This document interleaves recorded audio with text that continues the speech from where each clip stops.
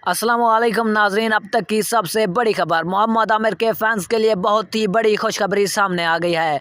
दोस्तों, मोहम्मद आमिर को T20 world cup का सबसे तेज तरीन बॉलर करार दे दिया गया है। दोस्तों, शेन वाटसन और डैरन समी ने मोहम्मद आमिर को T20 वर्ल्ड कप का सबसे तेज तरीन बॉलर करार दे दिया है। आइए नाजरीन, आपको अब तक की सबसे बड़ी और अहम ब्रेकिंग न्यूज़ से आगाह करते हैं। लेकिन नाजरीन, वीडियो में आगे बढ़ने से कबल आप तमाम दोस्तों से गुजारिश है कि मोहम्मद आमिर के फैंस हमारी वीडियो को लाइक कर दें और हमारे चैनल को सब्सक्राइब कर दें। नाजरीन, मोहम्मद आमिर के फैंस के लिए बहुत ही बड़ी खुशखबरी। मोहम्मद आमिर को T20 वर्ल्ड कप का सबसे तेज तरीन बॉलर करार दे दिया गया है, जिसकी वजह से इंडियन टीम बहुत ज़्यादा खौफजदा है कि मोहम्मद आमिर का टकरा हमारे साथ होने वाला है, जो कि पहला मैच है।